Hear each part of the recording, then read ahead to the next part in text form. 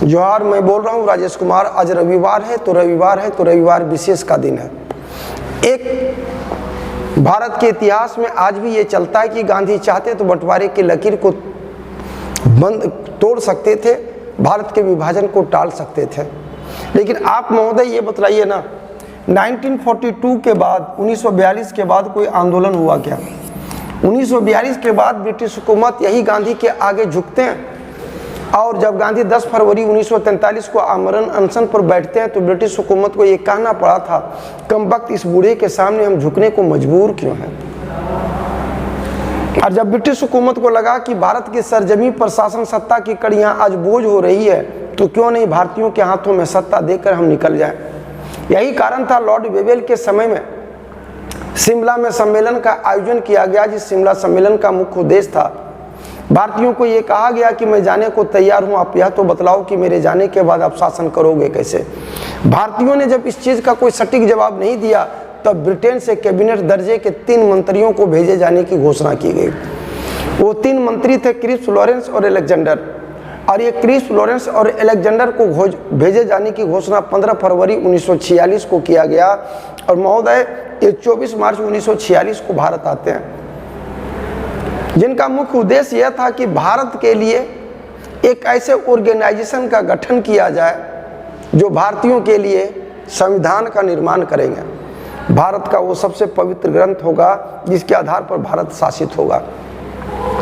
तब तक मुस्लिम लीग को लगा था कि जिस ब्रिटिश हुकूमत को मैंने दिलो जान से आज तक अभी तक सपोर्ट किया, निश्चित रूप से मेरी मांगों को सुनेगा, क्योंकि 23 मार्च 1940 को ही मोहम्मद अली जिन्ना ने लॉर्ड लिनलिथगो से अलग राष्ट्र पाकिस्तान की मांग को किया था। लेकिन ब्रिटिश हुकूमत को भारत में की सरजमी पर अपनी सत्ता को कायम रखने से मतलब था।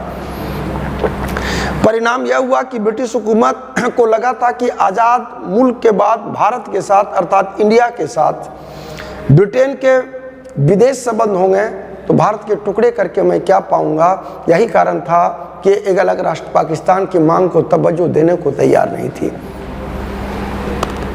लेकिन जब इस मंशा को मुस्लिम लीग ने भापा तो 29 जून 1946, मैं एक डेट बोल रहा हूं महोदय, आप इतिहास के पन्नों पर चेक कर लेंगे। 29 जून 1946 को मुस्लिम लीग ने 29 जून 1946 को मुस्लिम लीग ने इस विचारधारा को मानने से इनकार कर दिया, अर्थात कैबिनेट मिशन योजना को मानने से इनकार कर दिया। उसको उम्मीद थी कि मैं अर्थात मुस्लिम लीग और कांग्रेस दोनों समानांतर हैं, लेकिन वो दौर आदर्शवादी राजनीति का दौर था, वो दौर गांधीवाद का दौर था। गांधी ने जुलाई 1946 में ये कैबिनेट मिशन योजना को स्वीकार कर लिया। अब मुस्लिम लीग को लगा कि मैं बजता ही रहा घुंघरू की तरह, कभी इस पक्ष तो कभी उस पक्ष। परिणाम ये हुआ कि मुस्लिम लीग बेचैन हो उठी और इतिहास के पन्नों का सबसे शर्मनाक डेट 16 अगस्त 1946। यारा उस वक्त यही नारा था बांटो और छोड़ो को। 16 अगस्त 1946 इतिहास के दिनों में, इतिहास के पन्नों में सबसे काला और स्याह कर देने वाला दिन है। प्रत्यक्ष कार्यवाही दिवस मनाया गया, जहां दंगा था, खुले तौर पर दंगा था, और दंगा उस इलाके में था जहां मुसलमानों की तादाद बहुत ज़्यादा थी। और यही 2 सितंबर 1946 को पंडित जवाहरलाल नेहरू के नेतृत्व में अंतरिम सरकार का गठन कर लिया गया है। कुल मिलाकर के ठेठ शब्दों में मैं ये कहूँ तो भारतीयों के हाथों में सत्ता आ चुकी है। संपूर्ण राष्ट्र धधक रहा है। संपूर्ण राष्ट्र में वो इलाका जहां मुसलमानों की तादाद ज्यादा थी, आधुनिक बांग्लादेश का नवाखली का इलाका, आधुनिक पाकिस्तान के पंजाब का इलाका, क्योंकि मुस्लिम लीग द्वारा बांटो और छोड़ो का नारा, प्रत्यक्ष कार्यवाही का नारा अपर तबके के नेताओं के लिए राजनीतिक एक साधन था, लेकिन नीचे के मुस्लिम लीग के कार्यकर्ताओं के लिए संपत्ति प्राप्ति का एक साधन था। कत्लेआम चरम पर था, राष्ट्र जल रहा था, राष्ट्र धधक रहा था। और इन्हीं परिस्थितियों में ये मैंने समा का चित्रण किया कि भारत के बंटवारे के पहले का दृश्य क्या था। लॉर्ड माउंटबेटन को भेजा जाता है। लॉर्ड माउंटबेटन ने भारत को एक जलते हुए राष्ट्र के रूप में पाया और यही लॉर्ड माउंटबेटन ने 3 जून की योजना दी और 3 जून की योजना में भारत के विभाजन की लकीर खींच दी। जिस गांधी ने यह कहा था कि भारत का बंटवारा मेरी लाश पर होगा, आज महात्मा गांधी व्यथित थे, दुखी थे, क्योंकि सत्ता की कड़ियां तो भारतीयों के हाथों में थी। और उन्हीं परिस्थितियों में गांधी को लगा कि इस राष्ट्र की सरजमी एक है, जहां के लोगों के सांस्कृतिक मूल्य एक हैं, जहां का भूगोल एक है। जब इस बात को समझ में आएगा तो भले पाकिस्तान के नाम पर कोई राष्ट्र अलग हुआ हो, निश्चित रूप से जिस प्रकार पूर्वी जर्मनी और पश्चिमी जर्मनी बंटवारे के बाद भी बंटवारे की लकीर को खींच दिया गया, क्योंकि लकीरों के खींचने से पुरखे नहीं बदलते, सांस्कृतिक मूल्य नहीं बदलते, सोच और विचारधारा नहीं बदलती, निश्चित रूप से राष्ट्र एकीकृत होगा। गांधी ने इसी सोच के साथ विभाजन की इस योजना के ऊपर, जो 3 जून की योजना के नाम से जाना जाता है, जिसको ब्रिटेन की पार्लियामेंट में 4 जुलाई 1947 को लोअर हाउस में, 18 जुलाई 1947 को अपर हाउस में पारित किया गया, जिसमें साफ शब्दों में लिखा था कि भारत और पाकिस्तान एक अलग आजाद राष्ट्र होंगे। यार, गांधी ने हस्ताक्षर कर दिया। लोग आरोप लगाते हैं कि गांधी ने इस राष्ट्र को बांट दिया। मैं पूछता हूं उन तमाम लोगों को जो लोग ये कहते हैं, क्या गांधी का ये राष्ट्र बपोती राष्ट्र था? क्या गांधी ने भारत की आजादी के बाद कोई पद स्वीकार किया? क्या गांधी ने अपने बेटों को कोई पद प्रदान करवाया? अगर नहीं तो जिन लोगों को इतनी राष्ट्रीयता का भाव चरम पर था, उन लोगों ने गांधी की इस विचारधारा का खुले तौर पर विरोध क्यों नहीं किया? यही वो गांधी थे जिन्होंने 12 फरवरी 1922 में असहयोग आंदोलन, जो चोरा चोरी कांड के बाद जब आंदोलन को स्थगित किया था, तो यही पंडित जवाहरलाल नेहरू के बाबूजी मोतीलाल नेहरू, CR दास ने स्वराज पार्टी का गठन किया था गांधी की विचारधारा के विरुद्ध। तो उस वक्त विभाजन के विरुद्ध कोई सड़कों पर क्यों नहीं उतरा? विभाजन के विरुद्ध कोई सड़कों पर, पूछता है राजेश, कि क्यों नहीं उतरा?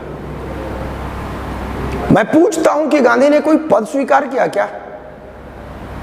क्या गांधी ने अपने बेटों को कोई पद दिलाया क्या? गांधी ने अपने चहेतों को मंत्रिमंडल में कोई जगह दिलाया क्या? पूछता है गांधी, उनकी अंतरात्मा पूछता होगा। यार, आजादी के इतने साल बाद 2023 के कालखंड में इस बात की चर्चा करना अपने डूब मरने जैसी बात है। गांधी एक व्यक्तित्व है जिन्होंने इस नंग धड़ंग राष्ट्र को राष्ट्र के रूप में तब्दील किया। उंगली मत उठाइए, हाड़ मांस से बना हुआ एक शरीर है, गलतियां हो सकती है, लेकिन गांधी की नीयत पर संदेह नहीं हो सकता। हमारे मोदी जी कहते हैं ना कि हमसे गलती हो सकती है, लेकिन मेरे नीयत पर संदेह नहीं कर सकते हैं। गांधी की विचारधारा पर, कुछ विचारधाराओं पर, खासकर बंटवारे को लेकर के विवाद पैदा होता है, आप संदेह कर सकते हैं, लेकिन सोच के तो देखिए कि गांधी ने कोई पद लिया क्या? गांधी ने कोई पद लिया क्या? गांधी ने अपने बेटों तक को कोई पद दिलवाया क्या? तो फिर जब बंटवारे की लकीर खींची जा रही थी तो उसमें साइन करने वाले पंडित जवाहरलाल नेहरू भी तो थे। खान अब्दुल गफ्फार खान एक ऐसे कैरेक्टर हैं जिन्होंने शुरू से अंत तक विरोध किया। बंटवारे की लकीर खींची जा चुकी है, मुस्लिम लीग जागृत है, नोआखली की गलियां लहूलुहान है। और जब बंटवारा हो रहा था उस वक्त भारत जल रहा था, दंगा चरम पर था, क्योंकि 16 अगस्त 1946 को प्रत्यक्ष कार्यवाही दिवस ने भारत को अंदर से हिलाकर रख दिया था। मैं एक एक डेट बोल रहा हूं, इसको इतिहास के पन्नों में मिला करके आप रख लो। तभी गांधी ने कहा था, नेहरू, पटेल, इस दंगे को रोक दो। नेहरू ने कहा कि चूंकि गांधी ने कहा था कि मैं जाऊंगा, कहा था कि आप मत जाइए, सुरक्षा संबंधी कारणों के आधार पर नहीं जाइए। तब गांधी ने कहा था अगर मृत्यु मेरी मौत दंगे को रोकने में सक्षम होगा तो मैं समझूंगा कि मेरी मृत्यु कारगर रही। लेकिन गांधी को पूछता कौन है? सत्ता लोलुपता चरम पर है। गांधी नोआखली की उन गलियों पे चले गए जहां पर मुसलमानों की तादाद है। यारा, किसी मुसलमान ने हिम्मत नहीं किया कि गांधी को गोली मार दे, बम मार दे। जिन गलियों में कदम रखे शांति कायम हो गई। बंटवारा चल रहा है, लेकिन गांधी ने यही कहा था कि आवर्जन मतलब पाकिस्तान से हिंदुस्तान आने वाले और हिंदुस्तान से पाकिस्तान जाने वाले लोगों की प्रक्रिया शांतिपूर्ण तरीके से हो। गांधी की इस बात को सुनने को कोई तैयार नहीं था। तभी गांधी ने कहा कि बंटवारे के तहत 65 या 55 करोड़ रुपया जो देना पाकिस्तान को वो दे दो, क्योंकि पाकिस्तान बारंबार मांग कर रहा था। पटेल का कहना था कि अगर वो रकम दे दिया जाएगा तो हथियार खरीदेगा और कश्मीर में अलगाववाद और बढ़ेगा। गांधी भले मौन थे, खामोश थे, लेकिन कहे कि यार कुछ तो लोग बचेंगे। जो लोग पाकिस्तान से हिंदुस्तान आ रहे थे वो भी अपने हैं, जो हिंदुस्तान से पाकिस्तान जा रहे हैं वो भी अपने हैं। यारा भाग मिल्खा भाग का जो सीन आपने देखा होगा ना, वो सच्चाई थी। कुत्ते के मुंह से निवाला छीनने के लिए लोग तैयार था। तो उन्हीं परिस्थितियों में लगा कि गांधी का वध कर दिया जाए। एक कुटिल और विभत्स निर्णय आरएसएस ने लिया था और मैं स्वयं उसके डर का रहा हूँ। इसका प्रमाण मैं इसी वंदना गीत के साथ दे सकता हूँ, जहाँ पर यह है कि नमस्ते सदावत्सले मातृभूमे त्वया हिंद भूमे सुखम वर्धितो यम महामंगले पुण्य भूमे तो दर्थे पतत्वे सखायो नमामो वयम। यकीनन यकीन मानिए, गांधी वध का निर्णय एक ऐसा निर्णय था कि गांधी को मारेगा कौन। 22 लोगों के नाम पर लॉटरी निकाली गई, जो लॉटरी नाथूराम गोडसे के नाम पर निकला। नाथूराम गोडसे ने पूरे गांधी बिरला हाउस का मुआयना किया और उसके बाद वो ग्वालियर को जाता है, 303 से लोडेड पिस्टल वहां से खरीदता है और दिल्ली आकर के रिटायरिंग नंबर 6 में ठहरता है। और 30 जनवरी 1948 की स्याह कर देने वाली वो शाम, जहाँ पर गांधी सभा स्थली पर 7:15 के आसपास पहुँचते हैं। भीड़ के बीच में एक भेड़िया कह लीजिए या अपने अंदाज में आपको जो कहना है कह लीजिए, मैं तो यही कहूँगा। जैसे गांधी वहाँ पहुँचते हैं, देखते उनके सीने में 2 गोली दाग दी जाती है। एक गोली उनके चरणों में दागी जाती है, जैसे नाथूराम गोडसे उनके चरणों को नमन करना चाहता हो। आउटपुट ये हुआ कि गांधी वो हे राम कहते हुए धराशायी हो गए। लेकिन जैसे ही पंडित जवाहरलाल नेहरू ने राष्ट्र के नाम संबोधन देते हुए कहा कि ये राष्ट्र एक ऐसे अस्ताचलगामी सूर्य की ओर पहुंच रहा है जिस शाम का कभी सवेरा नहीं हो सकता, जिस सुबह का कभी सवेरा नहीं हो सकता। हौज का थाने के थानेदार के बीच जब रिपोर्ट लिखाई गई कि गांधी वध हो चुका है, हौज का थानेदार ने अपनी कलम की नींव तोड़ ली, क्योंकि उसका कहना था कि जिस व्यक्ति ने इस राष्ट्र को सिर्फ दिया उस व्यक्ति का वध क्यों।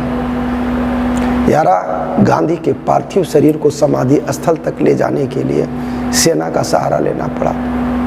दूसरा सवेरा है, अपार जन समुदाय उमड़ा हुआ है, उनके पार्थिव शरीर को रेंगता हुआ वहां ले जाया जा रहा है। अंतिम दर्शन के लिए आवाम की आम जनता व्याकुल है।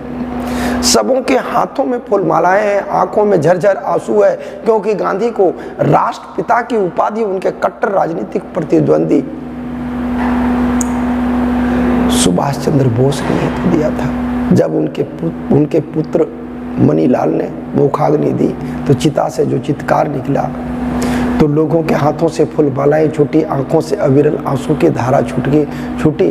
गांधी वाकई एक युग है, गांधी वाकई एक दर्शन है। गांधी ने उस राष्ट्र को राष्ट्र बनाया जिस राष्ट्र के व्यक्ति और व्यक्तित्व के यहाँ के लोगों को खाने के लिए अनाज नहीं था। राष्ट्र क्या चीज़ होती है ये बतलाया, अहिंसा और सत्य की ताकत को बतलाया।